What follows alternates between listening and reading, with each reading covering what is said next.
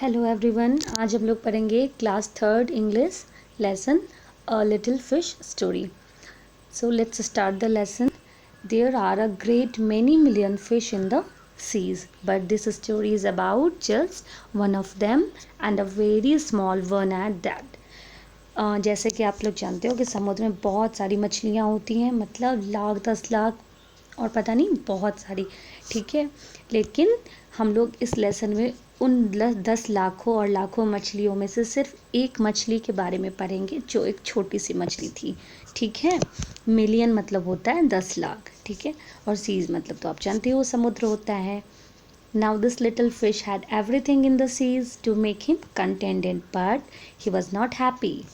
इस जो फ़िश थी, इस स्टोरी में जो फ़िश है, उसके पास हर वो चीज़ अवेलेबल थी जिससे वो खुश हो सकती थी, संतुष्ट हो सकती थी, बट ही वॉज नॉट, लेकिन वो खुश नहीं था. ठीक है, कंटेंटेड मतलब होता है संतुष्ट होना, खुश होना, सेटिस्फाइड.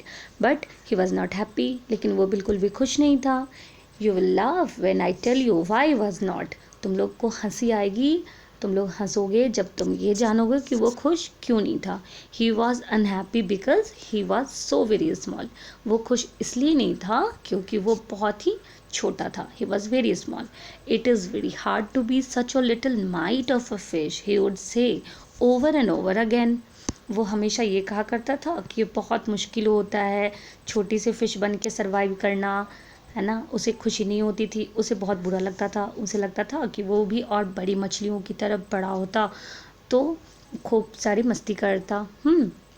और ये बात वो बार बार कहता था. If I were only larger how much happier I could be. वो कहता था कि अगर मैं और बड़ा होता, थोड़ा सा बड़ा होता, मेरी जो साइज़ है वो लार्ज होती, तो मैं कितना खुश होता.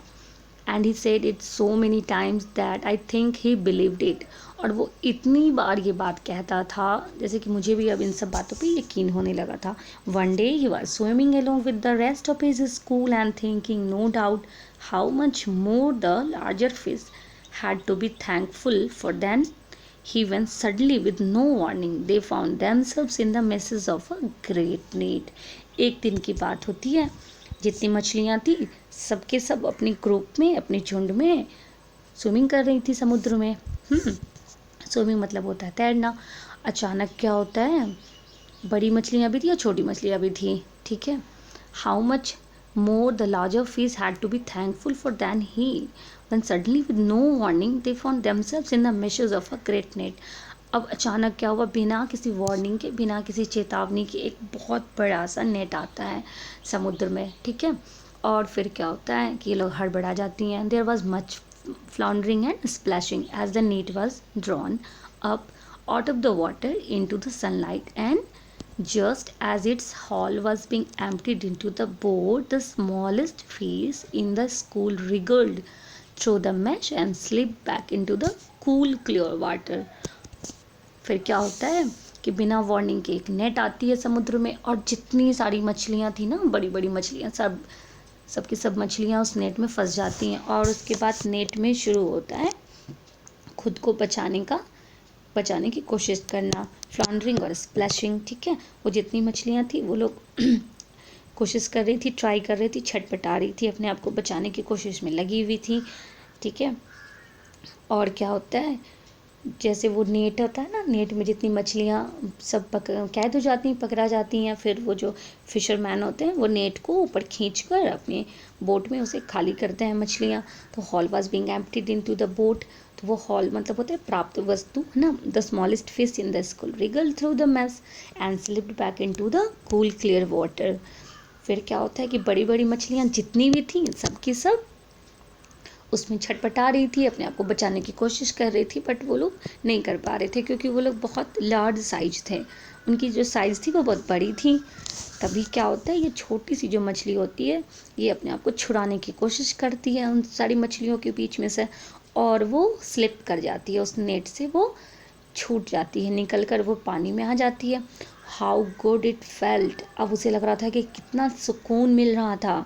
ही swam here and there and everywhere, and some of the fish who knew him well all the rest of his life said that they never again heard him say that he wished to be anything but a little fish.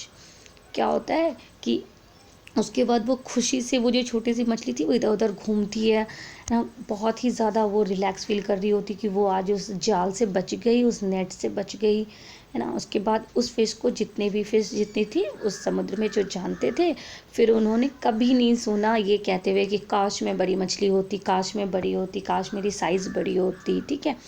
उसके बाद वो fish खुद में छोटी होने की वजह से खुद को थैंकफुल सोच रही थी, मान रही थी कि आज अगर मैं छोटी नहीं होती तो मैं उस नेट से बच नहीं पाती।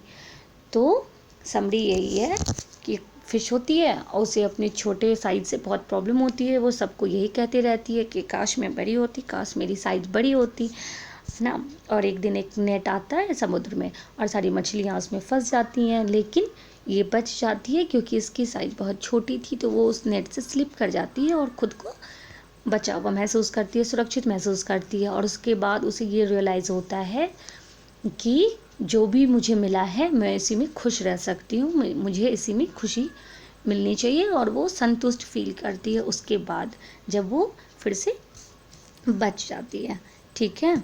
तो आपको मोरल इस स्टोरी का ये है कि आपके पास जो है आप उसमें संतुष्ट रहें, खुश रहें, ठीक है। दूसरों से कंपेयर नहीं करना चाहिए, तुलना किसी से भी नहीं होनी चाहिए। तो हमने इस लेसन में न्यू वर्ड्स देखे हैं, कौन कौन से हैं? Million, floundering, meshes, haul, contended, splashing, emptied, wriggled and warning. Million का मतलब होता है 10 लाख, फ्लॉन्डरिंग मतलब होता है छटपटाना, मैशेस मतलब होता है जाल बहुत बड़ा सा, हॉल मतलब होता है प्राप्त वस्तु जैसे खाली किया गया था जिसमें फ़िश को पकड़ा गया था, कंटेंडेड मतलब होता है संतुष्ट होना, स्प्लैशिंग मतलब होता है खुद को बचाने की कोशिश।